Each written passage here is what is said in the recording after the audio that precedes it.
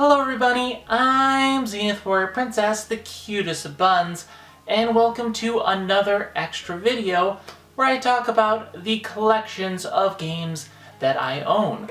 Before we begin, you may be noticing that I'm not wearing a standard shirt because my audience voted for me to be wearing bunny pajamas while talking about this.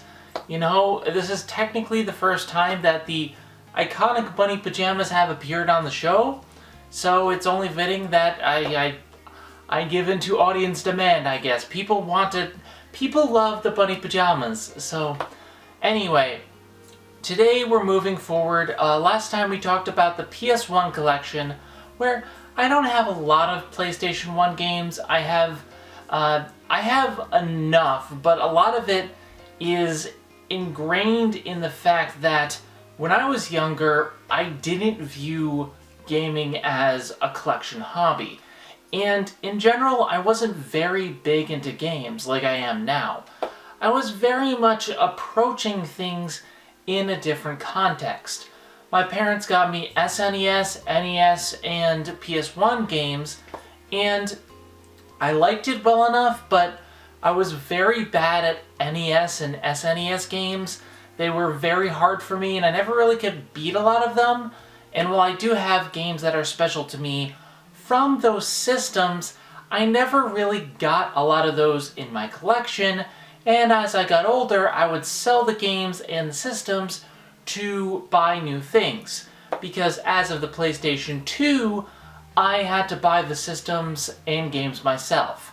Now, the PS2 is a bit special for me because my parents actually got that for me one Christmas in 2002, along with 2 games, and that really kicked off gaming as less of a casual hobby and more as something that I wanted to do myself. But I had to buy the games myself, and so I would go into bargain bins, I would go hunting for deals on these games, and while the games weren't collector's editions and I wasn't really gunning for collections, these games were games that I was just wanting to play. And so at this point in time, I was much more of an enthusiast. I played as much as I could, and any game that I got was played to completion simply because I bought it with my money. It was my game. I wanted to complete it. That wasn't really the case with PS1 because I only really kept a lot of the games that I really wanted from the system. The PS2 could play PS1 games, so I kept some of them, but I didn't keep Crash Bandicoot, which, you know, I love Crash Bandicoot and Crash Bandicoot Warped, but I didn't keep a lot of these games in my library, and I am slowly rebuilding some of the stuff that I sold when I was a kid, but a lot of the PS2 games were not sold. A lot of the PS2 games that I, kept with me are in this collection behind me that we're going to talk about today. With that being said, there are a couple games in this collection that I didn't intend to rebuy, but I may have to if we're going to review them. I either got rid of them for one reason or another. For example, Sonic Riders and, Sonic Heroes. The PS2 version of Sonic Riders and Sonic Heroes both were not my cup of tea. I played them and I instantly just decided not to have anything to do with Sonic after that point. So they really single-handedly stopped me liking Sonic after I adored Sonic Adventure 2 Battle, but then, Sonic Heroes and Sonic Riders just killed my enthusiasm. So I don't have those games in my collection, sold them back immediately, and I used to have, I think it was a Naruto game. It was like an RPG, but I don't remember too much about it, and I think I only either rented it or bought it for a little bit and brought it back.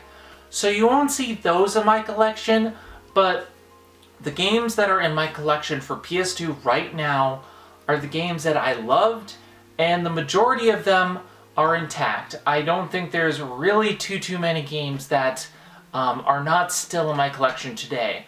So this may take a while. With that being said, let's get started. One thing I probably should say before I even get started in the first group of games, this shelf behind me is a shelf that I actually made for myself in high school shop class. I measured the game cases perfectly so that I would have enough to fit my collection, because at that point in high school, I was all in on PS2. So the first two shelves are actually perfectly measured with a little bit of height extra for PS2 games, and the bottom shelf is actually measured for strategy guides, although I ran out of room for strategy guides on that shelf. And I have since repurposed that shelf, but this is actually made by me, so yeah, that was actually kind of special for me. Alright, so for the first group of games that we're talking about, these are not ones from my childhood, but these are ones that I've actually heard about a lot. I first heard of Dot Hack way back. I think they were showing the anime back on Toonami, and I remember talking to my friend Arcada about Dot Hack and saying, I want to know how to get into it. And granted, there's a lot of different ways that you can get into Dot Hack. There's the anime, and there's the games and whatnot, but what I decided, I wanted to search out the games. So I have Dot Hack Infection, we have Dot Hack Mutation, and Dot Hack Outbreak. Now, for those of you who don't know anything about Dot Hack is essentially Sword Art Online, but created many, many years earlier. It's people trapped inside a video game, and that premise always intrigued me, and when it came on Toonami, I wanted to get into it.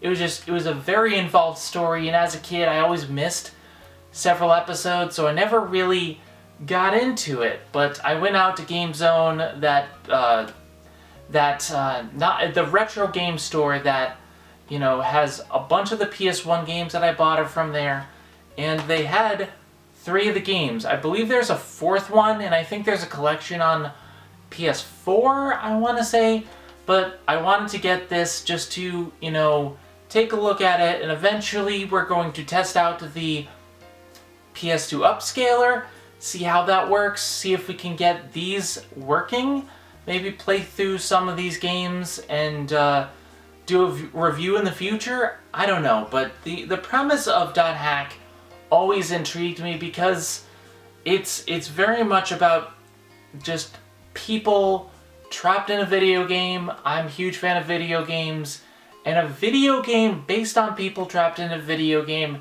kind of intrigues me. So this is on the docket. It's not top of the list, but I definitely want to take a look at it in the future. Now, the next one is a little bit obscure, because I don't know if you people have heard of this, but I first heard of a game called Atelier Iris, and I got the PlayStation 3 Atelier games because I was interested in the ideas of the series, mostly because the title gripped me. I believe it was The Alchemist of the Dusk Sea that I first heard of, and no one could really tell me too much about these series. So I wanted to see where it all began, since I got a lot of these games for the PS3 used as well, and the Atelier trilogy and whatnot, like, those were pretty cheap. I picked those up, and I was gonna start into them, but you know what? It's best to start where it all began. So we have Atelier Iris. I actually snagged this back at a convention when conventions were a thing, and then I'm not sure where I got the other 2, but we have Atelier Iris 2 and we have Atelier Iris 3. So a lot of these games are told in trilogies, and so if I'm gonna like it, I will enjoy the first 3 games. If not, then I'm probably not gonna enjoy the rest of it. But the designs, the premise kind of intrigued me. I don't know enough about the series to really comment on, but I mean, the artwork is nice, it's an RPG. I'm always looking for new RPGs. It's just who I am.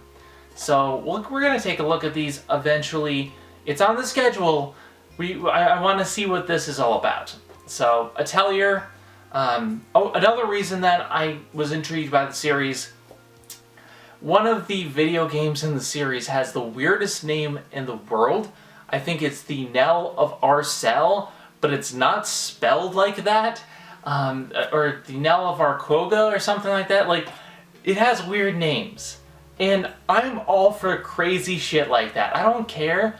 I'm all in for that. So that's why I sought out Atelier, and that's why I wanted to just give it a look. So we'll eventually start with Atelier Iris, which is the first one that came to our shores. I think there's a bunch that came before that was never translated. But we'll take a look at these in the future and see if they're worth my time. But I'm going to have fun with it regardless. I love RPGs. This next game is special to me. Baldur's Gate, Dark Alliance. I found this game back at Game Zone Salem, but this is a game that I'm rebuying from my childhood because I used to play this a long time ago, back when I was in the Boy Scouts. When I was a kid, I was in the Boy Scouts. I had a friend named John, and he was really into D&D, and I was intrigued, but I never had the free time to really do more than roll up a character. But we had this, and this was the next best thing. This was the next best thing.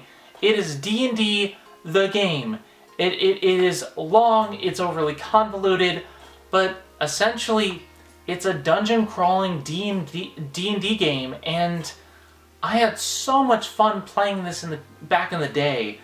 I think you can unlock, like, I remember being able to unlock Drizzt Do'Urden, and at the time I had no idea who that was, but apparently that's like this big D&D character. Baldur's Gate was big to me, and I need to play the other games in the series, but Dark Alliance, this was my game. This was my game, and I have so many hours invested in it. And I still don't think I've beaten the final boss, because one of those, you think you've gotten to the final boss, and it's somebody else controlling him, and it's somebody else controlling that guy, and somebody else controlling that guy. It's like the ending of Naruto, it never ends. But I played this game to death, I love it, and I really want to review it on the show at some point, because man, it's been forever since I played this game. Alright, so next up we have the first ever Rockstar game that I remember picking up. Not the first that I played, but the one that I remember like being talked about, and I was super intrigued by Bully back in the day.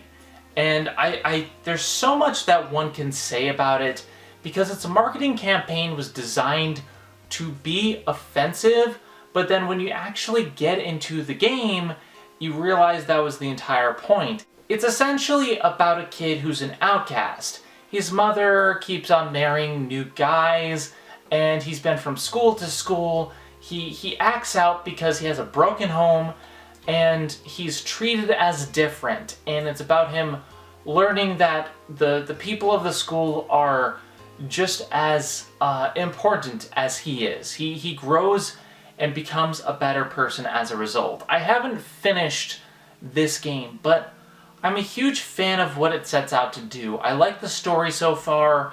I've been playing the PS4 version of it, the PS2 and PS4, but I need to get farther because I was playing a lot of it this year and I just kept having to stop. And I think part of the problem is the pacing in this game. As soon as you do a couple story missions, you unlock so much side content.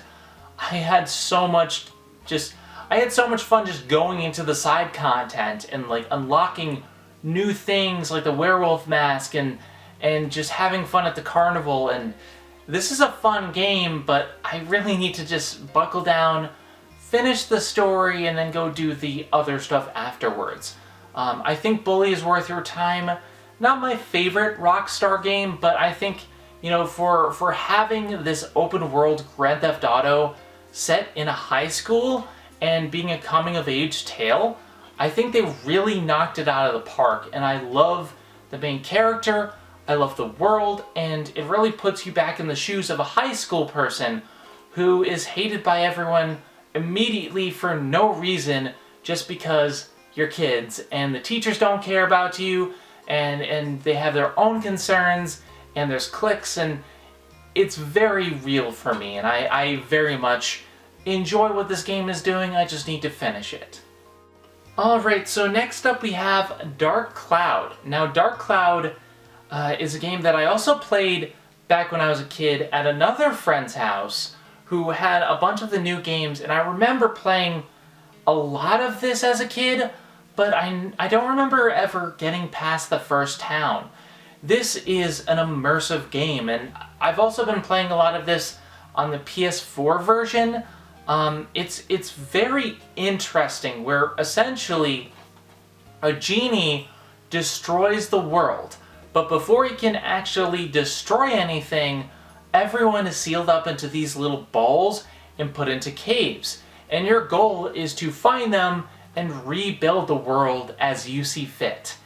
Like, I've never gotten past the first town, but I always get lost and absorbed in the mechanics of going into the dungeons, finding all these people, finding items, rebuilding the town, finding their lost-long brothers and siblings, and putting everything back together. It's addicting, and I enjoyed it a lot as a kid.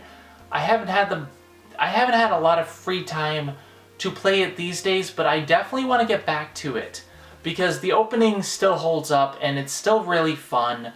A little bit archaic in some aspects, but I do think that Dark Cloud is worth your time, and it's another one that I need to finish whenever I have free time, which is almost never, but hey, if I put it, maybe I'll do a review. Maybe that way I can actually finish the game. With that being said, Dark Cloud, pick it up. It is a classic. So next up we have Destroy All Humans. This one I actually have not played, but I got it because this was like one of the top games that people used to talk about back in the day. There are collections of games that people are like, you have to pick this up for the system. And obviously, I have the greatest hits version. It's one of those types of games where a lot of people talked about it and a lot of people liked it. I actually first heard of this in, I think it was Electronic Gaming Monthly, and I saw it, I was intrigued by it. I remember picking this up, I think it was in a bargain bin, which is why it's not in the best condition, but I've heard a lot of good things about the game. I've seen reviews of the PS4 version, so I'm very intrigued. I would like to play this and then play the remake to see how it is, but for right now, I bought this on name alone, and a lot of people still really like it. So, I'm going to say that this is a good game, but we'll get to it eventually because I gotta know what this is all about. And next we come up to one of my favorites of childhood games, the Devil May Cry trilogy. Now, I have played Devil May Cry 1 and Devil May Cry 3 Special Edition to death. These two games are well worth your time, but I also have Devil May Cry 2. It's okay. It's okay. I remember hearing about this game series back in the day from friends who were like, oh, it's really good, it's really stylish, and I started with 3 because it was a prequel, and I'm gonna tell you right now, 3 is the best game in the series that I have played, and just the opening cutscenes, the way the hero conducts himself, the sense of style. It is very much a series about style over substance, even though I do enjoy the story. It's essentially about demons who are trying to take over the world, and this one person who wants to overthrow his demon brother, and it's very involved story-wise, but I didn't care because this guy, he eats pizza while beating up demons, and he gets stabbed, and he uses the scythes that are stabbed through him to destroy demons. Like, that's the first few minutes of Devil May Cry 3. It is insane, and I love it. But a lot of it is puzzle solving, stylish combat, destroying demons. And you can't go wrong with these two games. Devil May Cry 2, I have to fill out the collection, and again, it has a reputation for a reason. It's not that good, but we'll get to it when I eventually review these games. But Devil May Cry 1 and 3, very special. I beat these games to death, and I mean, they're short games, but they're so damn fun. I have played 4, and we'll get to that, but I haven't really gotten past that point because a lot of my Devil May Cry days was in the PS2 era. But yeah, I love this series. We will talk about in the future and how bad I am at the game, because I can beat it. Don't get me wrong, I can beat the game, but getting all those combo points, like, these games I have not completed, and I don't know when I will. But I will definitely talk about these games in the future. So, the next game that we're going to be talking about is another game that has a bit of a reputation to it, but I got it because of the reputation. Final Fantasy VII Dirge of Cerberus, or as I like to call it, Surge of Derberus. This is a game about one of the side characters in Final Fantasy VII, and apparently it's not very good. I haven't played it yet, but apparently it's just one of those so bad it's good type of games. I just got it to complete the collection, and because I heard it was that bad, sometimes I want to see how bad a game is for myself. And I bought it, I picked it up, it was only 20 bucks. I mean, bargain bin games. You know, you go in and you see a bunch of these games, and a lot of times at GameStop you go into the used game shelves and they were doing buy one, get one free. And so, why not? I said, why not? I'll buy Surge of Derberus, I will pick this up and eventually play through it. I mean, again, I'm not a big fan of Final Fantasy VII, although I am a fan of some of the other games that came out around this time. When they were doing Surge of Derberus, they did Crisis Core. Love it to pieces. I need to complete that game. I love it so much. But this one was not very beloved, and we'll get to why one day, but that is not this day. Now, you all know I am a huge fan of Final Fantasy. I have Final Fantasy games, I have Final Fantasy tattoos. No wait, that's Kingdom Hearts on this side. I have Final Fantasy IX tattooed on this side. I don't know how well you can see that. But yeah, I'm a huge fan of Final Fantasy and Square Enix. And I was recommended this game, Dragon Quest VIII, and I don't remember if I bought this myself or if it was a gift, because it was so long ago, but I remember playing this and adoring it. The biggest problem was the strategy guide was so bad. It is a notoriously bad strategy guide that I just got so lost. I ended up going on GameFAQs and started using that to help me through the game.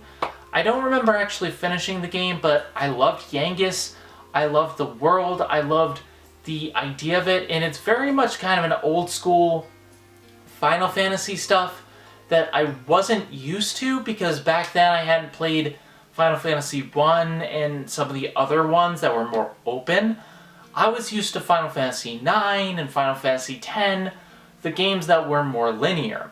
This was a bit more open, but linear focused, and I liked it. I love the world, I love the characters. I just never finished, and oh yeah, this also, I know why I got this, because it has a playable demo of Final Fantasy XII inside, and we were all so obsessed with Final Fantasy XII. And, you know, I wanted to check it out anyway, so picked this up, and I got 2 for the price of 1. I still love this world and these characters, but I need to play it again to really get into it. I mean, I like the plight of it, but, you know, all I really remember right now is Yangus, and Yangus being awesome. Yangus is the best. Alright, so next up we have another twofer. Drakengard and Drakengard 2, and I bought these because of the reputation of the games.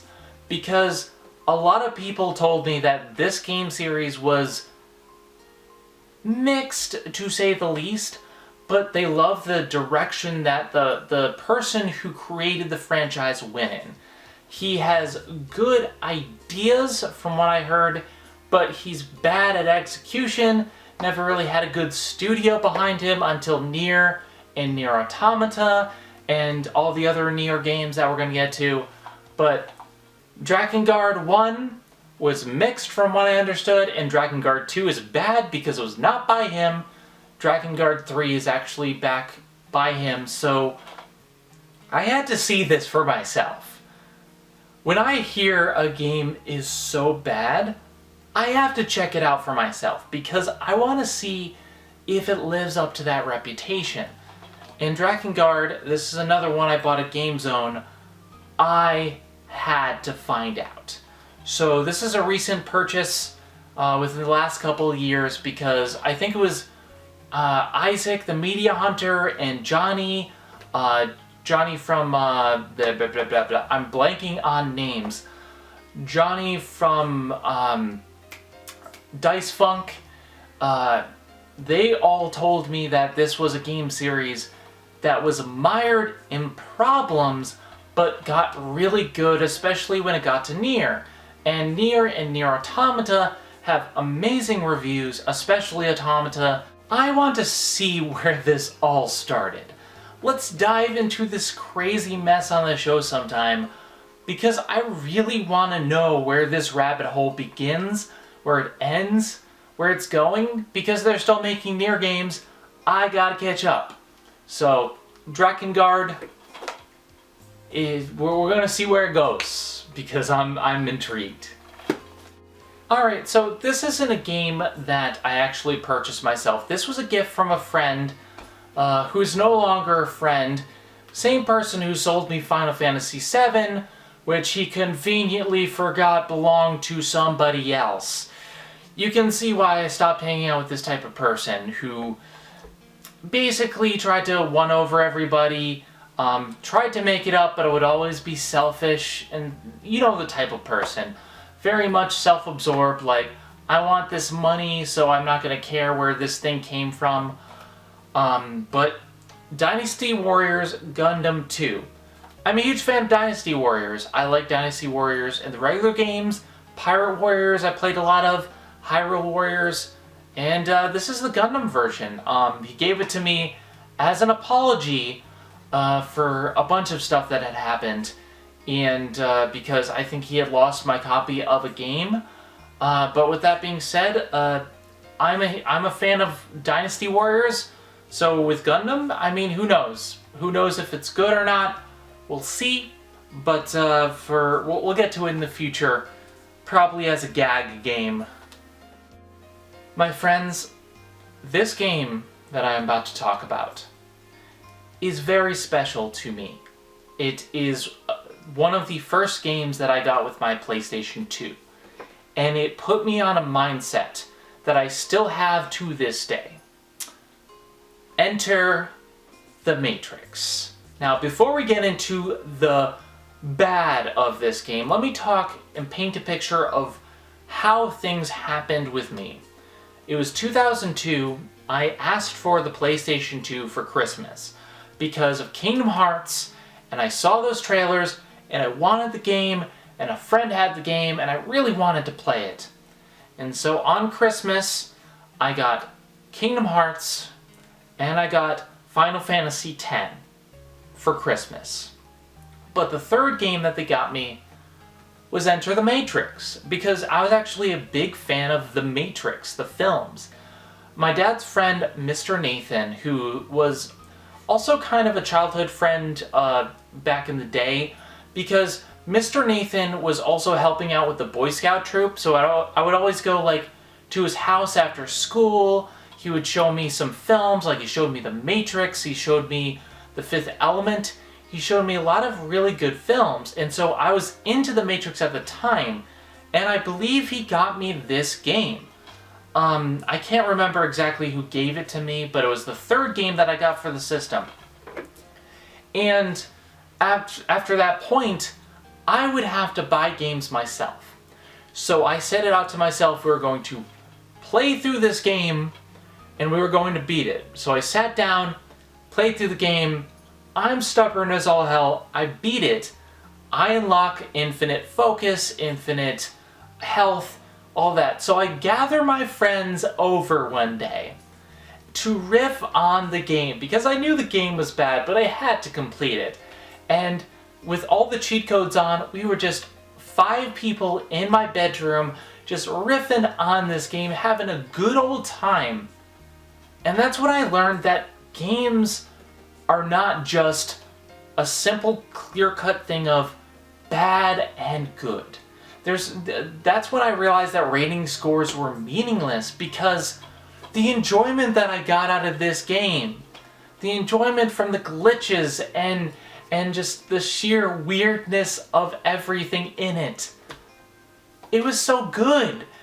It is so bad, it is amazing for me. And that experience is something that I never want to take back. I will always treasure it because it gave me joy.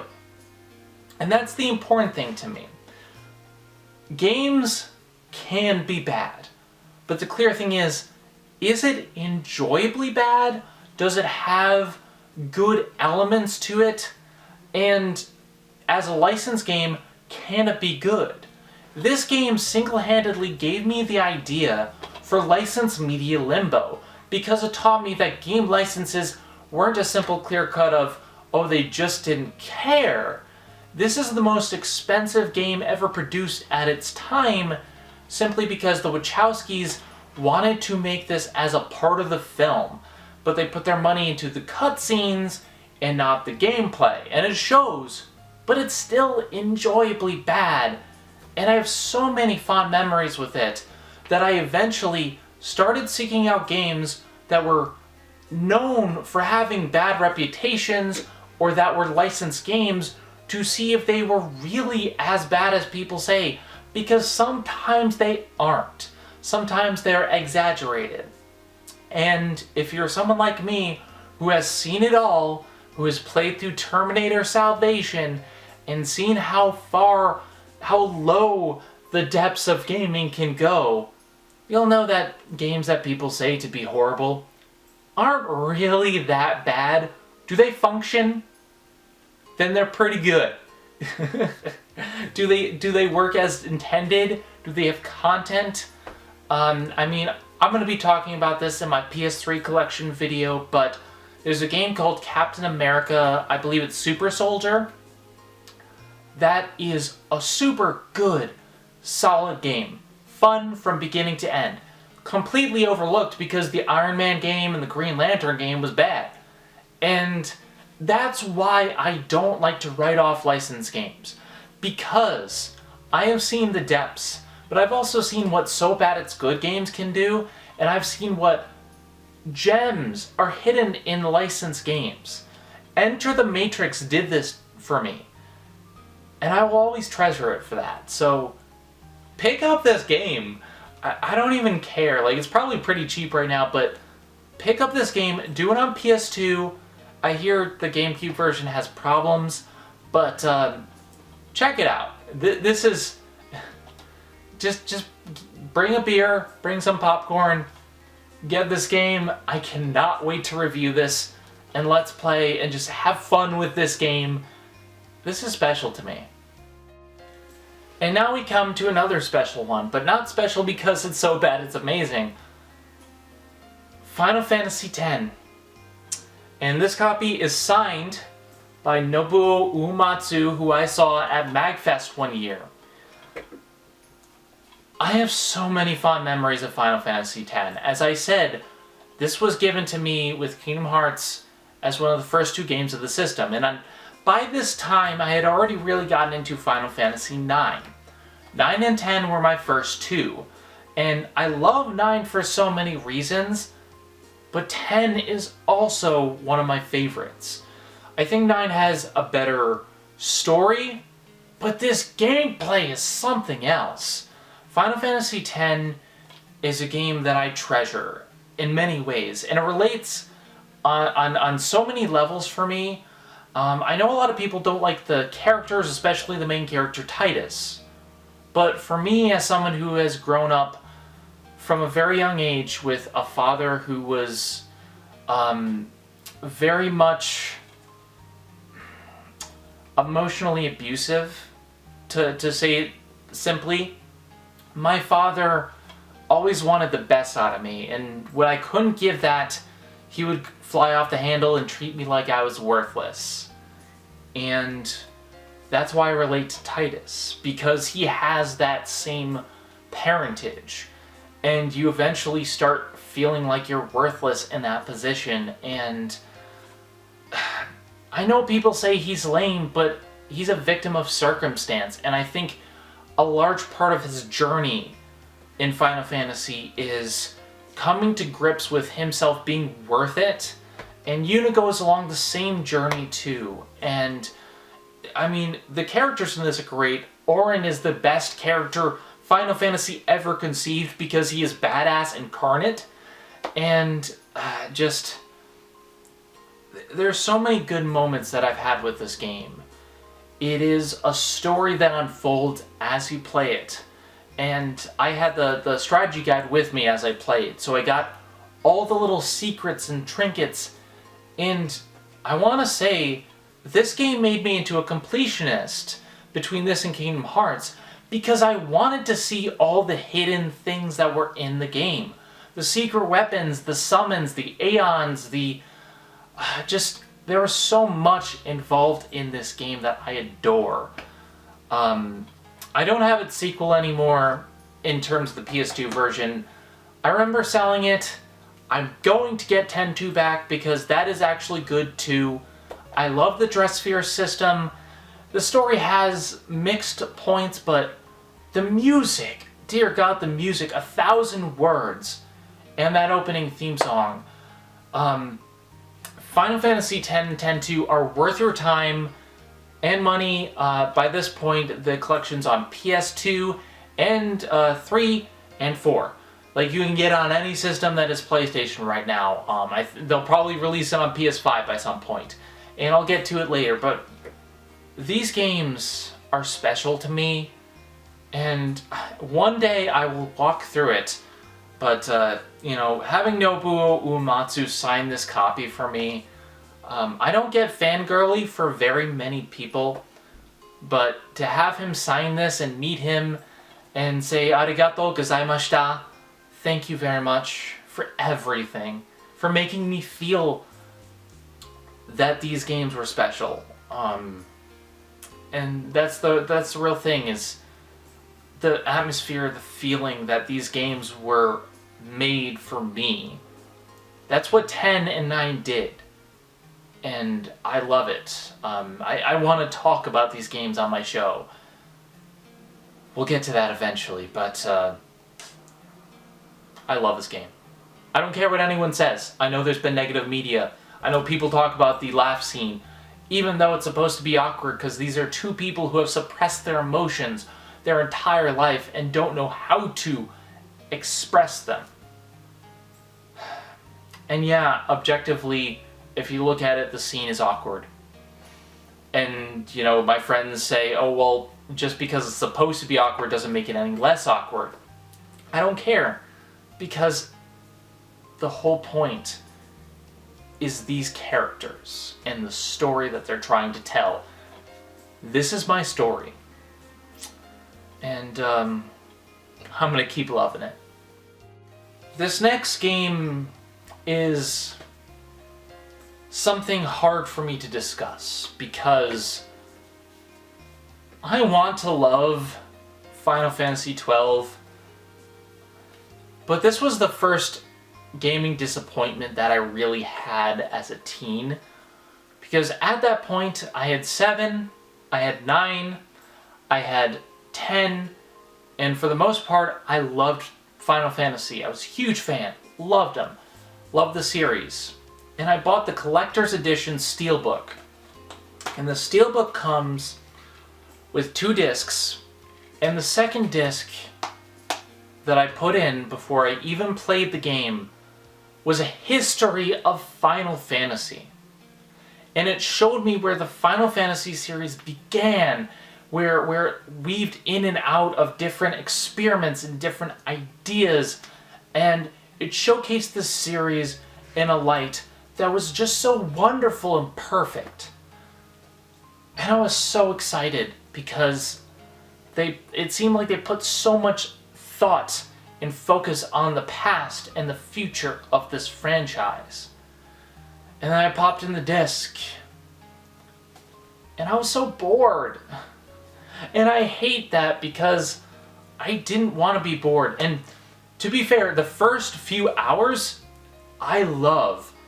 But Bosch should have been the main character, not Vaughn and Pinello. Because I love Bosch. But then you get to Vaughn, and it takes forever to get to Bosch's plight. And that's the biggest problem. It alienated me in the first section of the game when that's crucial. I was loving it, and then they have this character who I don't care about.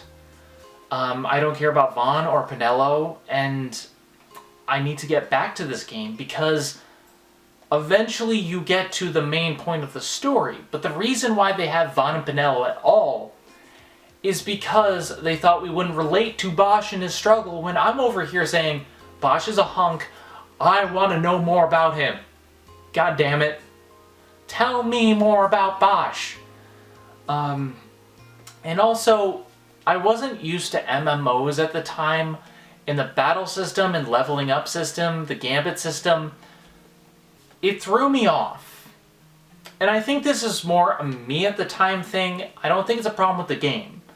But I couldn't get behind the Gambit system and I wasn't used to it. And so this was a disappointment for me. A lot of people swear by it, and I hear the remake is really good, but I do want to sit down and replay it with a modern mindset and see if it lives up to my disappointment or not. But man, did we need Vaughn? Really? I don't think we did. I don't think this is a bad game. I really don't.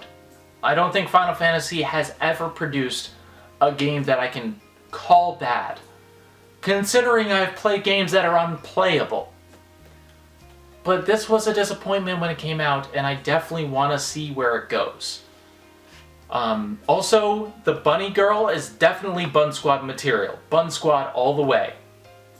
I think her name is Fran? Yeah, I need to play this again. I'm forgetting some of their names.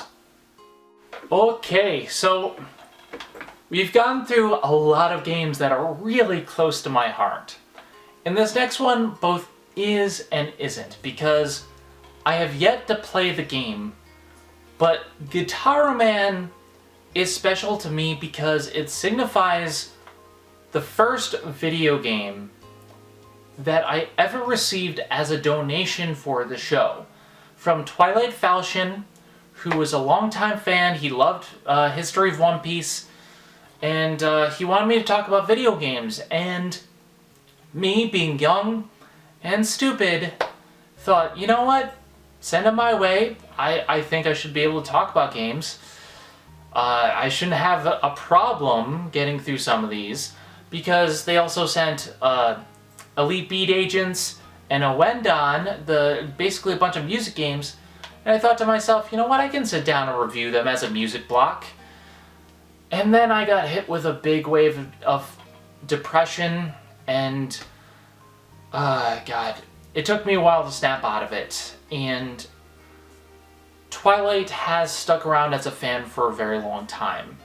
And I'm very much grateful for Twilight and their donations, which will still be reviewed on the show in the future.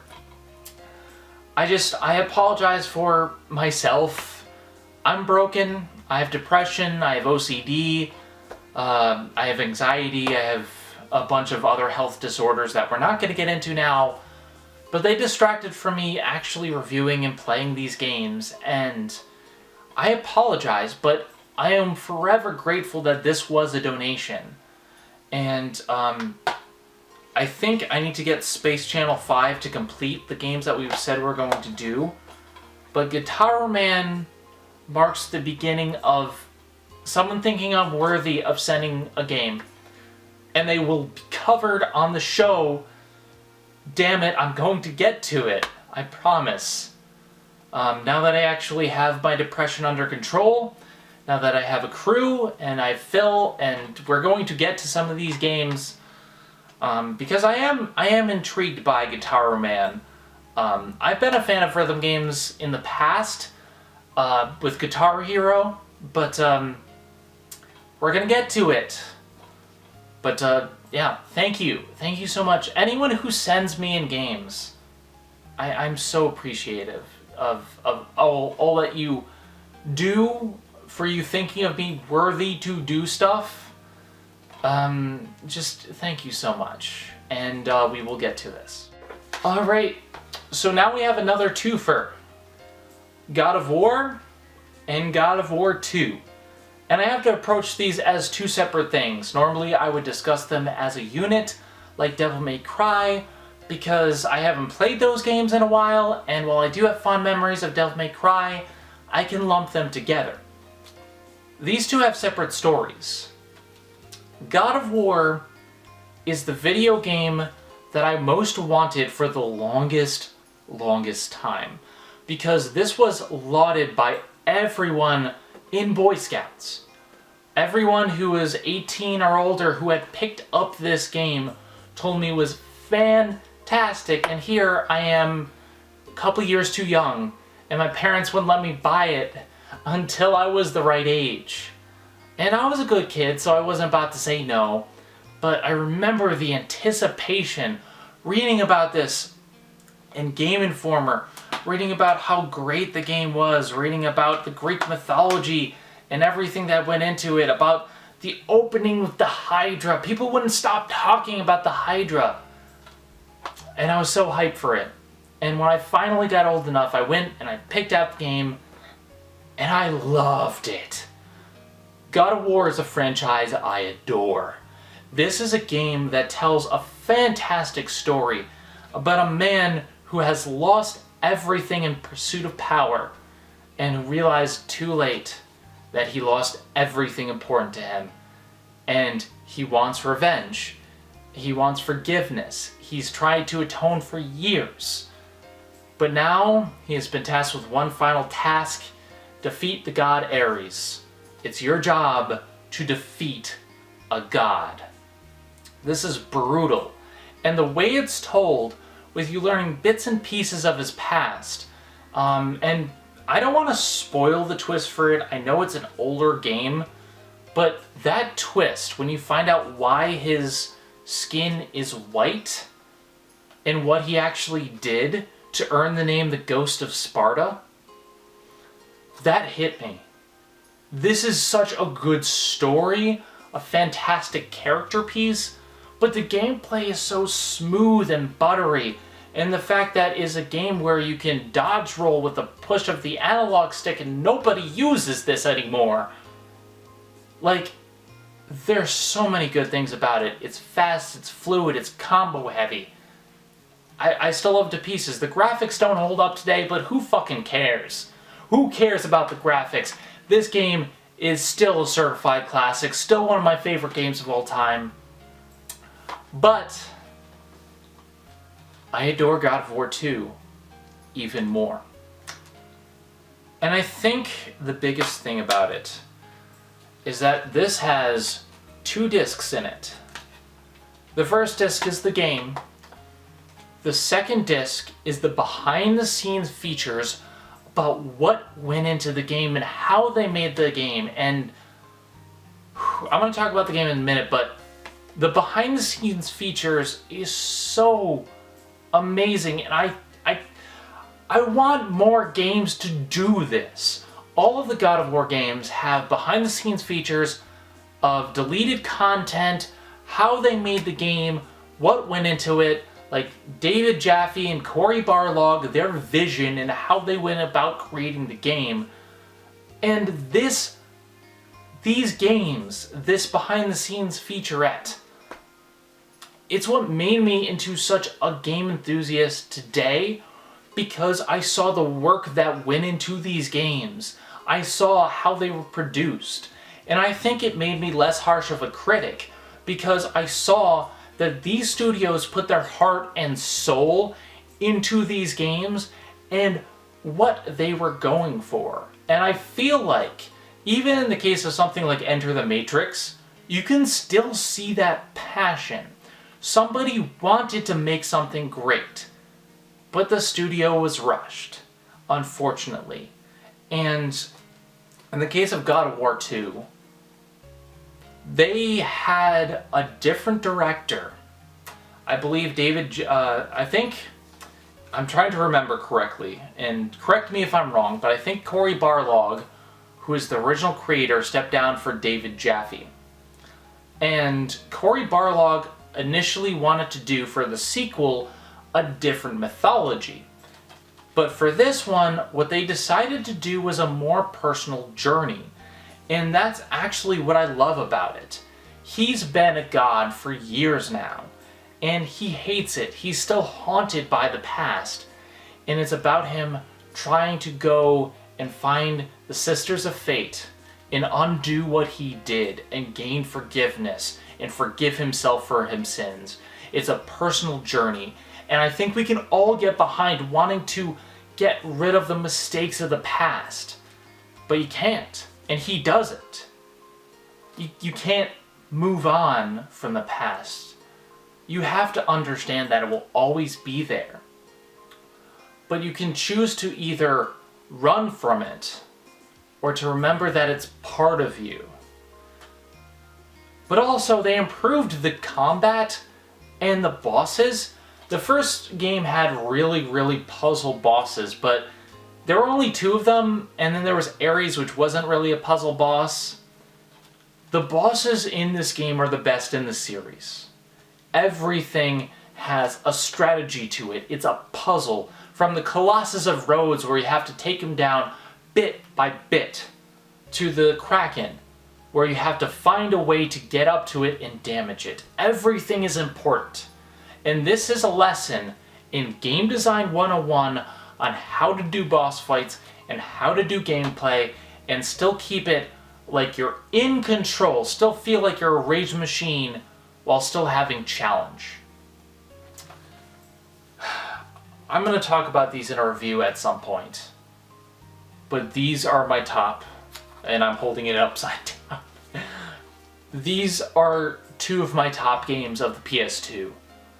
These games, they stand the test of time. The graphics may not be the best thing out there. They may have 1 or 2 things that I have problems with. Like, I don't understand the need for the sex minigame, but it's been a staple since the first game, so whatever. But everything else is perfect. And I think when you look at what went into creating these games, it's just brilliant. They made me into the fan that I am today. And more games need behind-the-scenes features, damn it. More games need to show the passion that the people who were making it went into it with. And I know not all studios have that passion, but these games do. This next game is special to me for a couple different reasons. Grand Theft Auto 3 is a game that I love, but I haven't really played, and it's because of one big reason. You've all probably heard a story of someone, not being able to have a game in your house because your parents are like, oh, we don't want that, it's too violent. So you go over to your friend's house and you play it. I was that kid. What we did back then was I went over to my friend's house and we played this game to pieces.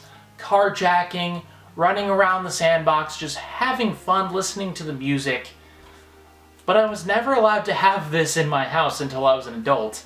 So I haven't played the single player of the game. But I just remember the joy of playing this with a friend. And I'm going to say this right now, because the reason why they wouldn't let me have this in my house was because video games will rot your brain. You gotta limit the time you have with video games. If you play violent video games, you'll be violent yourself. Do I look violent? I am wearing a pink bunny pajamas right now. I am not a violent person. I am very much a pacifist. And I think the important thing is understanding that the violence and the misogyny presented in these games are fictional. And parents should sit down with kids and show them this is not how to behave. This is not how life works. And I feel like too many kids these days didn't get a talk from their parents saying, you know, this isn't real. In fact, when I got Final Fantasy IX, because it was a teen game, they sat me down and they said, hey, we understand that this is a teen game, and you're a teen now. We want you to understand that this is not real. It's a video game. We want you to become a good person. And I thank my parents for that. For all their faults in other areas, my parents were doing their best to raise me right. And yeah, I've heard a lot of things about Grand Theft Auto being very violent, very misogynistic. But I think parents, for one, should understand that kids listen and look up to their parents. And if you tell them that this is fictional, do not do these things, treat women with respect, then maybe they'll listen. And the other thing is, you're not going to stop kids from picking up these games. We all went over to our friends' houses. It happened.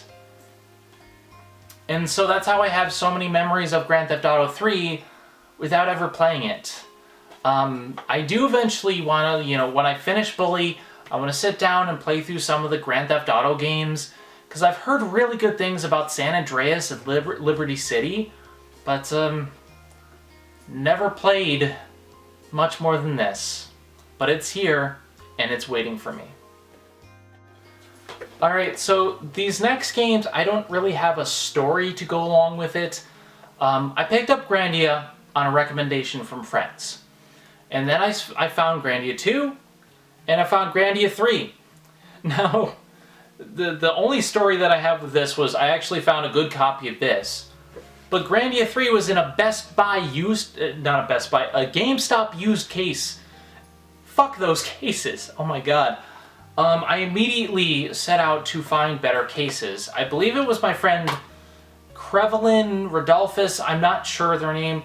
They gave me these used DVD cases, which aren't that great. I'm going to upgrade them. No offense to them, it's been a big help. But I actually, you can probably see it, I cut out these covers myself. Because this is a 2-disc game, so I needed 2 covers to get this. And yeah, this was around the time where I started really wanting to spruce up my PS2 collection.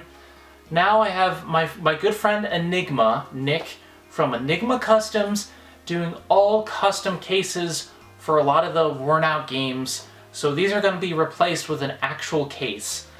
But that's the only part of the story that I have. Got this because my friends said Grandia 1 was great. So I have all 3 of these, and we're going to do them at some point. But that's all I got for that.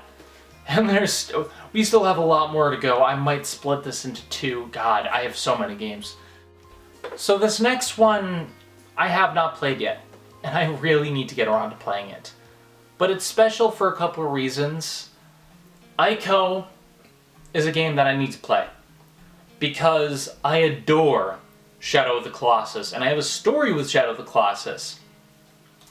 But when I eventually sat down and played and loved Shadow of the Colossus, I learned that there was a prequel to the game.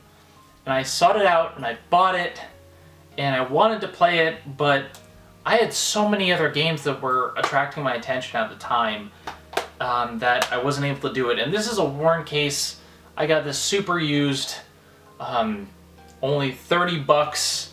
This was probably one of those BOGO deals at GameStop. And I need to play through it. But I want to soup it up a little bit. I've heard really good things about it, but I've also heard it's kind of archaic. And we'll get to that when we discuss Shadow of the Colossus, because Shadow of the Colossus kind of has the same problems, but Shadow of the Colossus is so damn beautiful that I want to know what this all is about. So yeah, Team Ico. I have Ico. For the next few games, they are all part of a series, but most of these have a story, and some of them are a little bit different. This is definitely in need of a new case. I bought this Jak and Daxter, $7 used. Dear God, this is worth more than $7. When I had played Jak and Daxter, I had played Jak 2 first.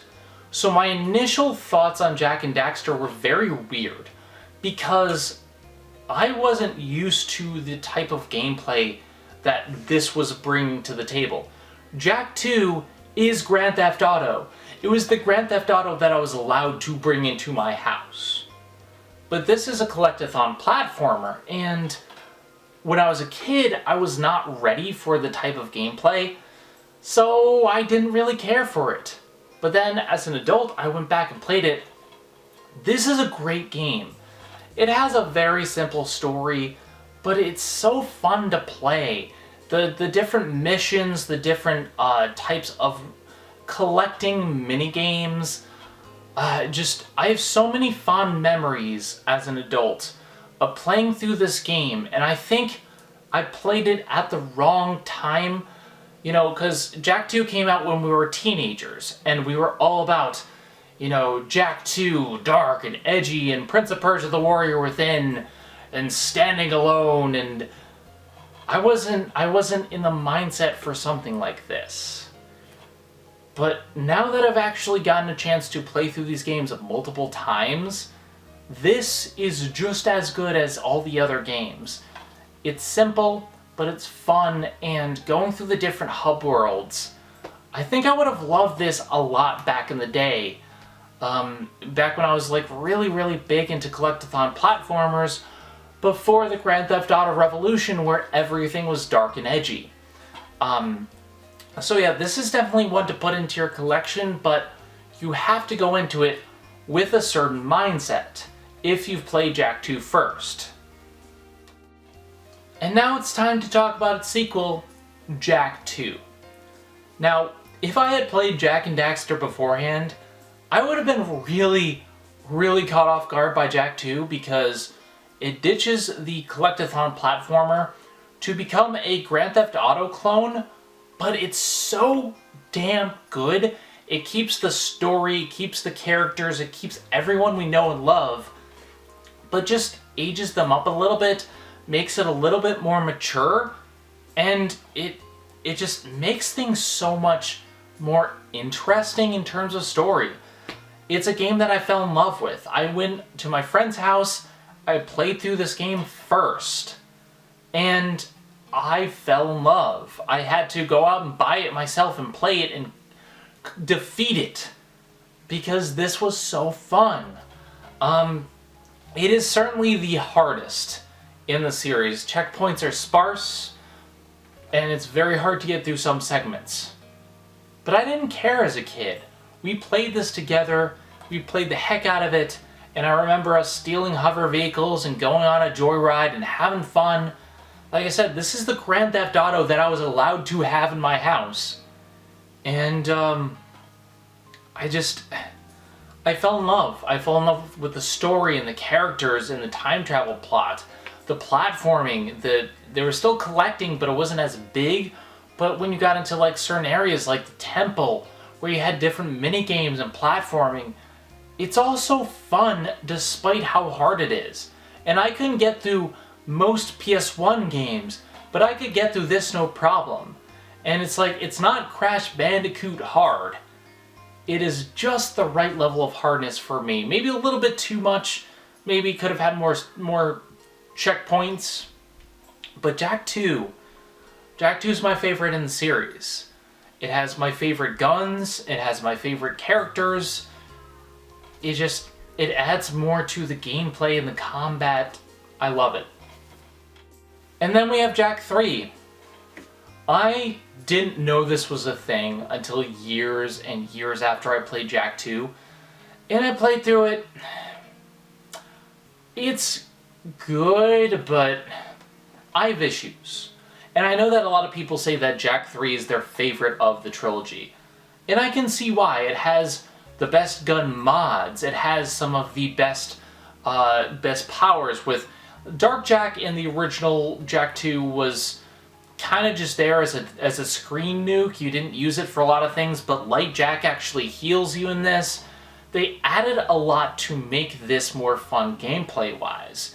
And the vehicle segments and the wasteland and a lot of that stuff worked really well. But I thought the story was meandering, especially because they brought in people that we didn't see in Jak 2. And I didn't care about. Like, the villain, I think his name is Count Vigor. I don't give two shits about Count Vigor because he wasn't in the previous games. And they act like we've seen him before. And a lot of the driving in the wasteland can get boring. Some of the, like, finding stuff in the car gets a little bit difficult because of the sandstorms, the time limits. It's all still fun. But I feel there's a little bit of the life removed from Jak 2. The stuff that I like, the tight focused missions, are no longer there. And the focus on driving and whatnot kind of threw me off. But the characters are back and better than ever. The ending to the trilogy is amazing.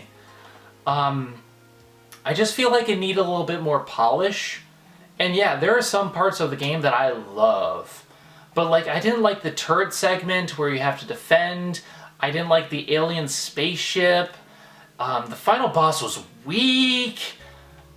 In fact, all of the bosses are pretty damn easy. And I feel like they took the difficulty down too much. They took the opposite direction of 2. And honestly, I feel like it suffers for it. It's a really good game, but it's not as good as Jak 2 in my opinion.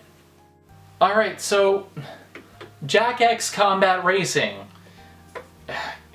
Naughty Dog, what is it with you and racing games? Do you just want to make a racing game? Because this happened with Crash Bandicoot. Like, I'm a huge fan of Naughty Dog, and, you know, I said in the last video Jak and Daxter instead of Crash Bandicoot because of word association, because Naughty Dog runs my life. But they really just wanted to make kart racing games because it happened with Crash Bandicoot.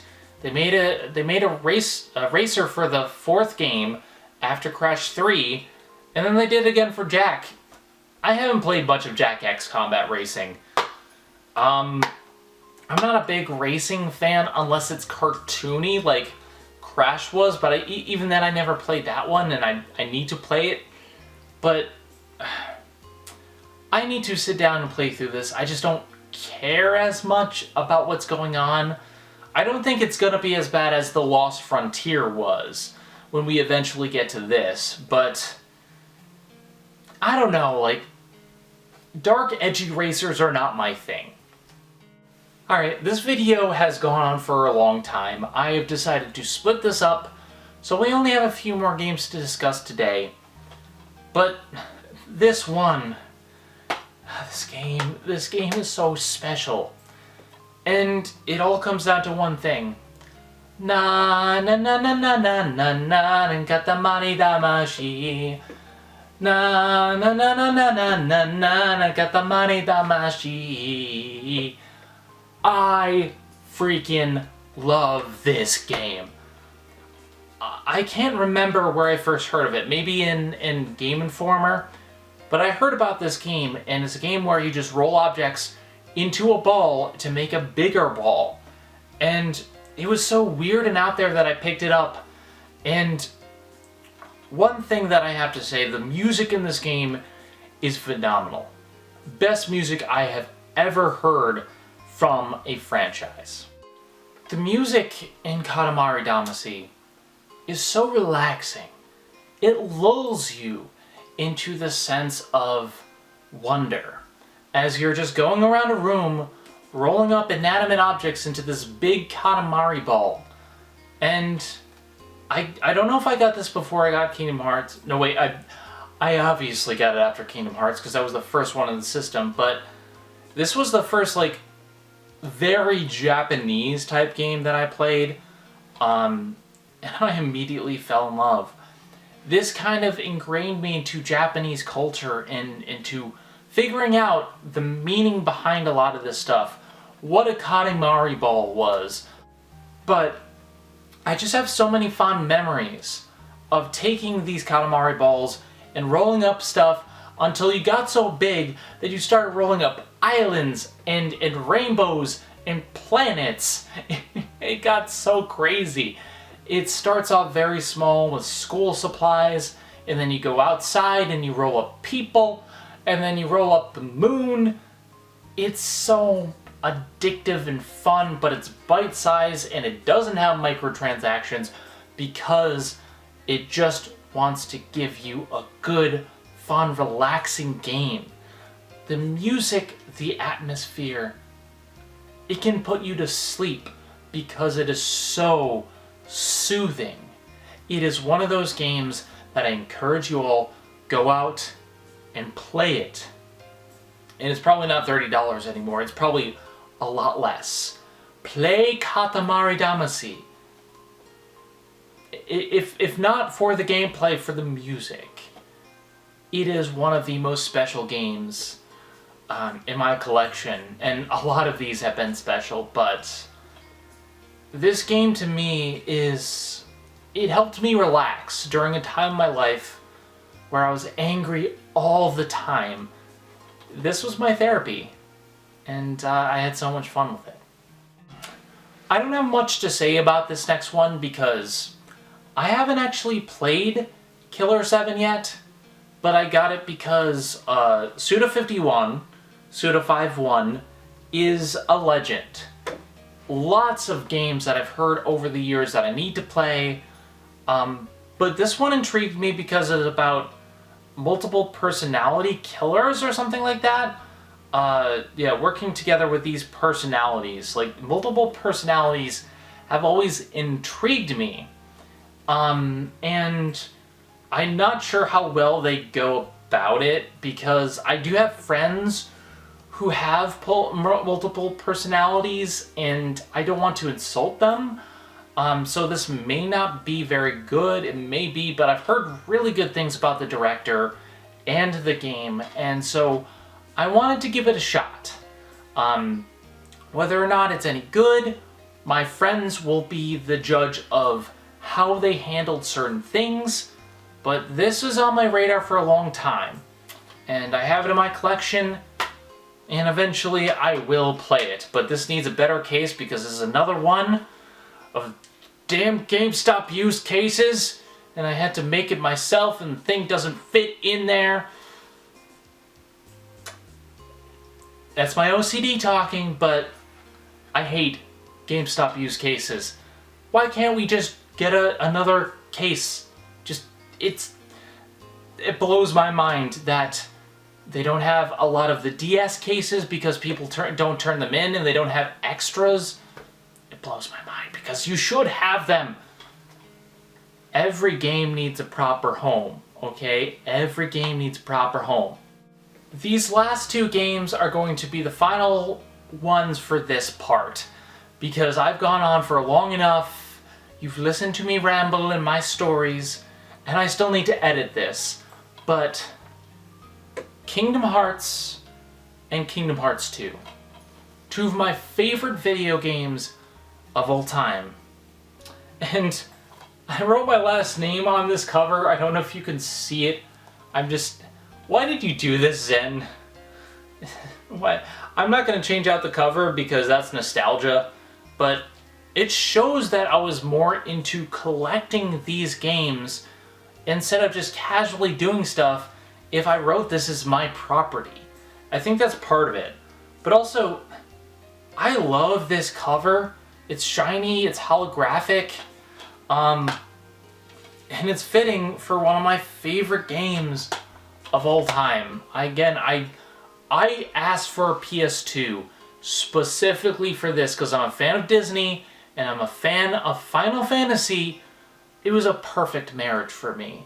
It was everything I wanted. And yes, there are problems, and I'll get into that, but this game is a wonder for me. And Kingdom Hearts 2 only made it better. Yeah, some people say the plot is confusing and convoluted. Listen, if you play the games and you pay attention and you play them in the proper order, because it doesn't go 1 to 2, you have to play the side games, then you can understand them. But these games have a special place in my heart because it was just what I wanted as a kid. It was a fantasy escape where we had all my favorite characters interacting with each other in these fantasy worlds in Disney. Everything I wanted out of it. And with 1, you get the strategic combat and these puzzles and all these hidden goodies. And with 2, you get these basically Star Wars-esque, flippy, anime as hell, bullshit combos that were amazing. And at the end you fought a character who had lightsabers. It doesn't make sense, but I don't care. I love it. It's style, but it has a very intriguing story. It has characters that I adore, and it deals with concepts that I think are profound. But they are a little bit dumbed down to a child level. They're not perfect, but these games are what I want. These are the types of games that I love. These are what I look for. And these are probably my two of my top 2 PS2 games. I don't know if I ever did like a top PS2 ranking list, these would be very high. Because I don't know if I'd put them over or under God of War. It's hard. But Kingdom Hearts 1 and 2, very special for me. I had the strategy guides with me. I played through them to death. Again, this was when I decided I had to complete these games, and I beat all the hidden bosses. I did everything. And then I did it again for Final Mix, and then I did it for Kingdom Hearts 2, and they're just so good games. They don't have to be perfect to be good. And as we leave off on this part, where we still have all of these games left to talk about, I just want to impart that on you. A game doesn't need to be perfect to be good. And just because it's bad doesn't mean it's not enjoyable. Just because it's licensed doesn't mean it isn't a good experience. I'm Zenith Warrior Princess. I really need to rest my voice. But we'll be back with more PS2 next time. Have a good one, everybody. Check out the games that I mentioned because a lot of these are cheap now and worth your time. Have a good one, everybody.